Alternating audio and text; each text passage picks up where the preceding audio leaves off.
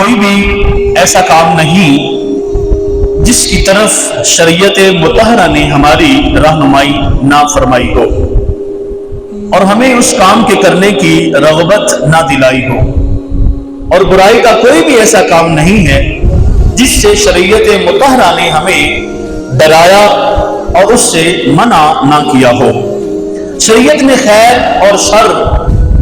ہر عمل کرنے والے شخص کا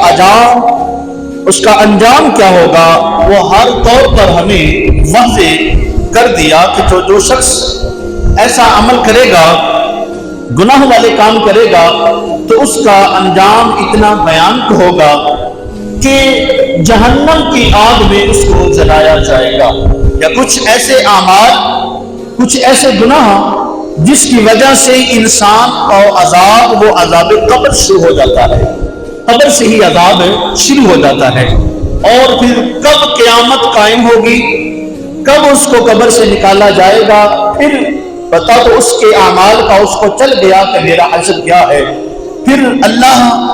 کی پناہ، اس جہنم سے پناہ، پھر اللہ تعالیٰ اس کو جہنم میں ڈالے گا، جہنم میں اس کا عذاب اس کے لیے جو تیار کیا گیا ہے، خدا نہ خواستہ وہ بندہ جہنم میں جائے گا۔ اگر کوئی شخص نیک اعمال کرتے، اللہ کرے، اللہ کے بتائے ہوئے طریقوں پر عمل کرے، رسول اللہ صلی اللہ علیہ وسلم کے بتائے ہوئے دین پر، دین اسلام پر اپنی ہر کوشش کر کے عمل کرے، تو یقیناً اس کی دنیا بھی سنور سکتی ہے، اس کی قبر بھی سنور سکتی ہے، اور یقیناً آخرت میں بھی رسول اللہ صلی اللہ علیہ وسلم کی شفاعت نصیب ہوگی، اور پھر اللہ تعالیٰ اپنی رحمت سے اس کو جنت میں داخلہ بھی عطا فرمائے گا۔ یہ نہیں کہ میں بڑے اعمال کرتا ہوں، نمازیں بھی بڑی پڑھتا ہوں، ذکر و اذکار کرتا ہوں، اللہ کرنے والا ہوں، میں ہر لمحہ کوئی خطا نہیں کرتا تو اللہ مجھے جنت میں داخلہ عطا فرمائے گا۔ یقیناً ہمیں اپنے اعمال کر رہے ہیں تو ہمیں ان اعمال پر بھروسہ نہیں ہونا چاہیے، ہمیں اپنے نمازوں پر بھروسہ نہیں ہونا چاہیے، ہمیں اپنی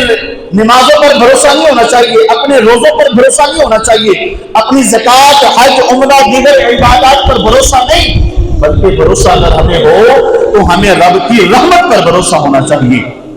ہمارے اعمال اگر رب نہیں چاہے گا تو کسی کام کے لیے، اگر رب پکڑنا چاہے تو ایک چھوٹی سی خطا اس پر پکڑ سکتا ہے۔ اگر رب کی رحمت ہمارے نصیب میں آ گئی تو رب کی رحمت ہمارے بڑے بڑے گناہوں کو چھوڑ کر کسی ایک پیاسے کو ایک گلاس پانی کا پلا دینا، اس کی ایک پیاس کو بجھا دینے کے بدلے میں اللہ ہمیں جنت میں داخلہ عطا فرما دے گا۔ یقین